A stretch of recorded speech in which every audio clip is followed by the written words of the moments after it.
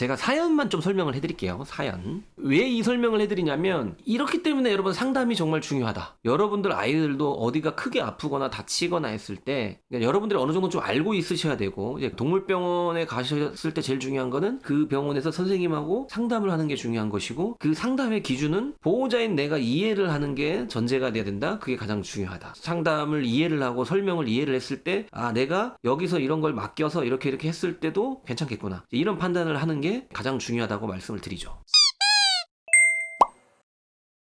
한 달 정도 된 것 같아요. 당시에 제가 유튜브 실방을 할 때 어떤 분이 오셔서 질문을 해주셨어요. 어떤 사연이었냐면 선생님 저희 강아지가 3월 24일에 슬개골 탈구 수술을 했는데 2달이 좀 넘었네요. 2주 전에 수술한 병원에서 전 십자인대 부분 파열인 것 같다며 재수술을 권유하는데요. 현재 다리를 계속 절어서 보조기를 맞추고 사용 중인데 바로 재수술을 해야 할까요? 아니면 보조기 착용하면서 한두 달 정도 더 지켜봐도 될까요? 제가 키우는 강아지가 한 6, 7년 정도 전에 슬개골 탈구 수술을 했어요. 양쪽 다 수술을 했는데 다시 언제부턴가 좀 쩔뚝거리기 시작한 거예요. 다른 병원에 갔는데 한쪽이 슬개골 탈구가 다시 왔다. 그래서 상담을 하고 수술을 했습니다. 7년 만에 다시 수술을 한 거예요. 그때 재수술을 할 때 핀을 박는 수술을 같이 한 거예요. 경골 조면 이식 수술을 같이 했어요. 기역자로 핀을 이렇게 딱 박았습니다. 수술을 한 지 일주일이 됐고 또 일주일 있다가 실밥도 풀고 그랬는데도 애가 계속 쩔뚝대는 거예요. 회복이 왜 안 되지? 왜 잘 못 걷지? 잘 못 걷지? 계속 이상한 거예요. 수술한 병원에 가서 물어보면 괜찮다고만 하고 그랬다고 합니다. 그 내용을 저에게 당시에 유튜브 실방에서 말씀해 주셨어요. 수술한 다리를 계속 잘 못 딛고 불편해해서 다시 또 병원에 가서 또 여쭤봤더니 그때 이제 뭘 진단을 받았냐면 십자인대가 안 좋아요. 완전히 끊어진 건 아닌 것 같은데 부분 단열이라는 건 뭐냐면 십자인대가 완전히 땡 끊어진 건 아니지만 부분적으로는 손상을 입어서 그래서 이제 그 병원에서 아, 얘 이제 십자인대 수술을 해야 될 것 같습니다. 이제 이런 식으로 상담을 한 거예요. 보호자님, 지난번 얼마 되지도 않았을 때 그때 슬개골 탈구 수술할 때는 십자인대 말씀 없으셨잖아요. 했더니 이제 그 병원에서는 그때는 십자인대가 문제가 없었습니다. 근데 이제 수술하고 뭐 한 2주, 3주 요 사이에 그 수술한 다리 십자인대가 문제가 생겼으니 수술을 해야 될 것 같습니다. 라고 얘기를 하신 거죠. 여러분이라면 어떤 느낌이에요? 뭐야 이거 좀 이상한데 하지 않겠어요? 그래서 실방에서 저한테 여쭤보신 거고 그 당시에 제가 뭐라 그랬냐면 일단은 십자인대 단열인지 아닌지를 정확하게 진단하는 게 가장 중요합니다. 그 병원 말고 다른 병원이라도 가셔서 십자인대에 대한 걸 정확하게 체크를 받으십시오. 완전 단열인지 아니면 부분 단열인지 그리고 부분 단열이라고 한다면 수술이 꼭 필요한 상황인지 아니면 보존적 치료 수술을 하지 않고 붕대를 감거나 포대를 해서 약을 복용하면서 치료하는 내과적 치료를 시행할 수 있는 단계인지 진단을 정확하게 받으시는 게 중요합니다. 라고 제가 설명을 드렸었고 그 이후에 보호자님이 어떻게 알고 이제 저희 병원으로 연락을 하셔서 예약을 하셨어요. 제가 그렇게 설명을 하니까 아 그래 그럼 와베쌤 병원에 가서 와베쌤한테 한번 그렇게 진단을 받아보고 싶다. 맞습니다. 제가 걔를 직접 만나서 진찰을 했죠. 엑스레이도 찍고 다리도 만져보고 제가 말했죠. 십자인대 파열일 때 이제 크레니얼 드로어 테스트 엑스레이를 딱 찍어서 보니까 핀이 한쪽 무릎에만 박혀 있는데 박혀 있는 핀 주변으로 뼈의 음영이 너무 안 좋은 거예요. 이거 약간 골관절염이 좀 많이 진행이 된 것 같다. 근데 그 상황에서 슬개골 탈구 수술을 하면서 박은 핀이 오히려 이 아이의 십자인대와 무릎 관절에 안 좋은 영향을 끼치고 있는 것 같다라고 저는 판단을 했습니다. 그래서 보호자님에게 제 소견을 말씀드린 게 뭐였냐면 십자인대 수술을 하지 말고 슬개골 탈구 수술하면서 박았던 이 핀을 뽑읍시다. 제거합시다. 지금 슬개골은 빠지지 않으니까 이 핀을 제거하는 수술을 하고 제거하고 난 다음에 관절염에 대한 치료를 해봅시다. 그러면 괜찮을 수도 있을 것 같습니다. 제가 생각하는 선택지를 드렸어요. 뭐냐? 일단은 핀은 뽑읍시다. 왜 뽑냐? 핀을 박은 이유는 슬개골 탈구를 교정하기 위해서 한 거고 뼈를 잘라서 위치를 바꾼 다음에 그 뼈가 다시 붙도록 하기 위해서 핀을 박은 건데 이미 뼈는 다 붙었어요. 이 핀은 지금 의미는 없어요. 계속 박혀 있으면 관절에 안 좋은 영향만 을 주는 거지 지금 얘가 하는 일은 없어요. 이미 얘가 할 임무는 끝났어요. 근데 얘는 지금 관절이 안 좋으니까 일단 핀을 뽑는 게 저는 전제가 돼야 될 것 같습니다. 핀을 뽑고 난 다음에 십자인대를 재평가해서 수술을 하실 거냐 아니면 제 소견으로는 십자인대가 수술할 단계가 아니라고 판단이 되기 때문에 핀을 뽑고 나서 수술 없이 보존 치료를 해볼 것이냐 어떻게 하시겠어요? 보호자님은 수술하지 않고 제가 말씀드린 대로 따라와 보기로 했습니다. 핀 뽑는 수술은 뭐 큰 수술 아니에요. 피부만 절개해서 핀 잡아서 뽑아내고 안에 세정하고 하고 세척하고 그렇게 하고 그쪽 다리에 이제 붕대를 쫙 감고, 왜냐면 십자인대라는 거는 여기 무릎이기 때문에 여기를 너무 과하게 쓰지 않도록 붕대를 하고 일주일에 봅시다. 결론은 어떻게 됐으냐? 치료가 다 끝나진 않았는데 거의 90% 이상 끝났습니다. 최근에 지난주엔가 마지막 재진을 왔을 때 이제는 양쪽 다리를 티가 안 나게 똑같이 사용하기 시작했습니다. 처음에는 다리 들고 다니고, 그러니까 슬개골탈구 수술하고 나서도요, 한 4주 정도 치료를 약을 먹고 붕대를 채웠다가 풀렀다가 채웠다가 풀렀다가 하고 이렇게 했더니 지금은 그냥 보면 정상이에요. 그냥 잘 걸어요. 잘 뛰고. 물론 아직까지는 그래도 제가 조심해야 된다라고 말씀드렸지만, 대퇴골과 경골이 이렇게 밀리는 거 있죠. 십자인대 밀리는 것도 재진 올 때마다 제가 밀어보잖아요. 밀어보겠죠. 근데 점점 안 밀리기 시작해요. 지금은 거의 밀리지 않아요. 즉 결론은 뭐냐면 얘는 십자인대 파열이라기보다는 무릎 공간의 염증 때문에, 저는 이 염증을 치료하는 게 우선이라고 생각이 들었기 때문에 일단 이 염증을 시작한 거는 당연히 슬개골 탈구였을 거예요. 하지만 슬개골 탈구는 수술해서 교정을 했잖아요. 근데 하필이면 거기에 핀을 박아버렸기 때문에 이 핀이 계속 건드릴 거 아니에요. 무릎을 굽혔다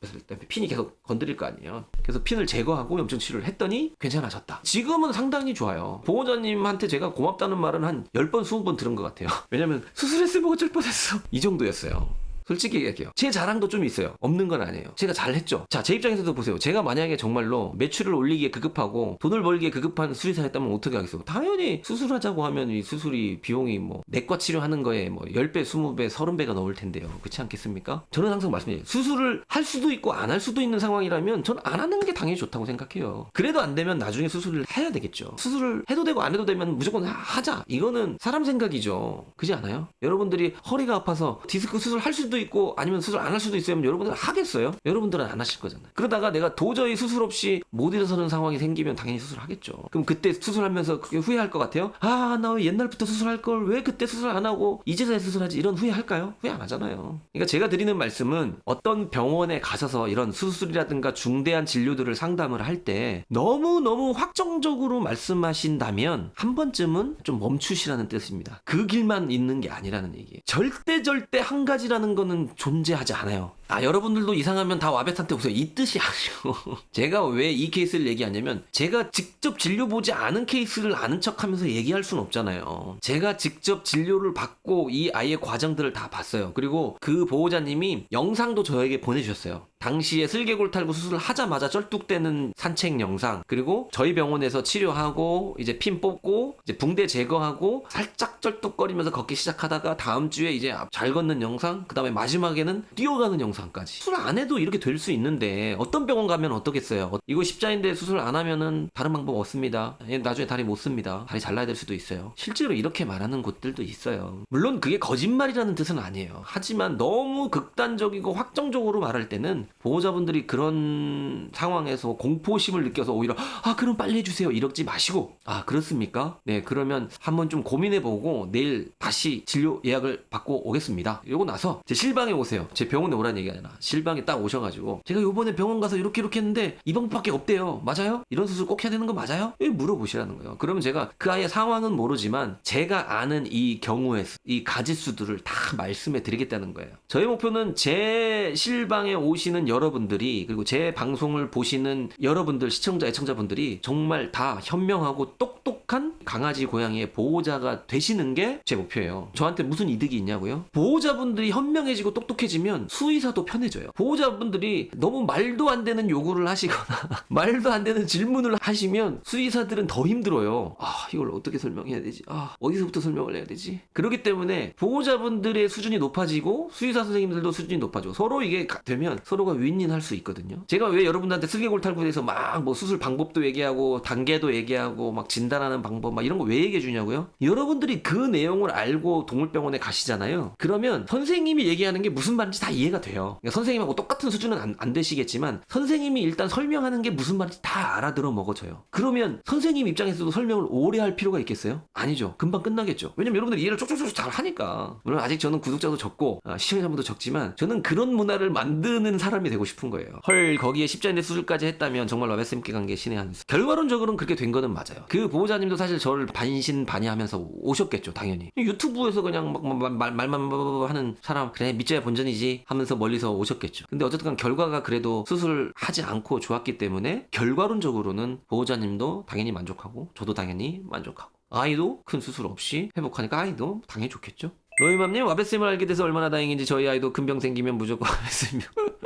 그런 뜻 아닙니다, 여러분. 오해하지 마세요. 저 여러분들이 막 이런 멘트 하면 저 고소당할 수 있어요. 수의사법에요, 동물병원 유인하는 행위는 불법으로 되어 있어요. 그러니까 무슨 말, 우리 병원 오세요, 와베쌤한테 오세요, 와베쌤은 진료 정말 잘 봐요, 수술도 정말 잘해요, 이제 그런 식으로 제가 막 과대 광고하면 그 수의사법에 저촉이 돼요.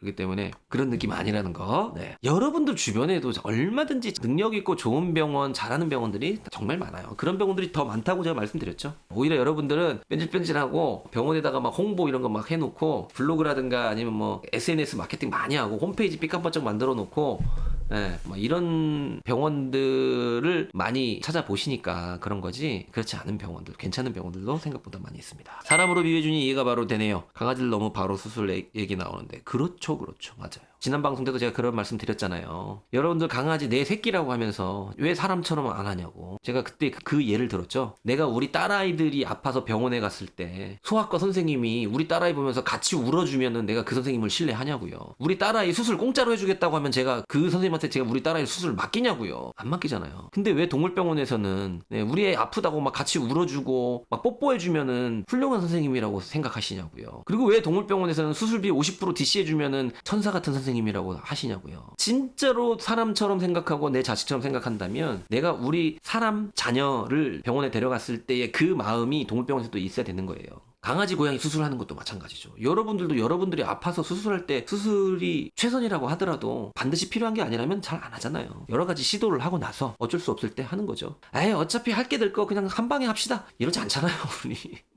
외로서 그러님, 과학 공부하시는 분들이 가장 못하는 말이 100% 확실하게 이런 단어들이죠. 사실 수의사도 과학하는 사람들이잖아요. 저 의학도 과학이잖아요. 사실 우리도 그래야 돼요. 저도 그렇게 배웠어요. 모든 게 예외가 있다고 배웠어요. 확정적인 건 없다고 배웠어요. 의학에 100%는 절대 없어요. 근데 여러분, 이렇게 확정적으로 얘기하는 의사들, 수의사들 많아요. 왠지 아세요? 그런 말을 강하게 했을 때 보호자들이, 손님들이 믿음이 생기니까 그러는 거예요. 그러면 안 되는 거잖아요. 그러니까 오히려 여러분들은, 보호자분들은 의사나 수의사 선생님이 확정적으로 얘기한다면, 야, 이건 나밖에 못하는 거예요. 아, 이 수술 내가 우리나라에서 저밖에 못해요. 이 수술 안 하면 얘 죽어요. 설령 죽는다 하더라도 이렇게 될 가능성이 높습니다. 하지만 이럴 가능성도 없는 것은 아닙니다. 네, 이런 설명을 해주시는 선생님이 진짜예요. 긴 하루 지나고 언덕 저편에 빨간 석양이 물들어가며 놀던 아이들은 아무 걱정 없이 집으로 하나 둘씩 돌아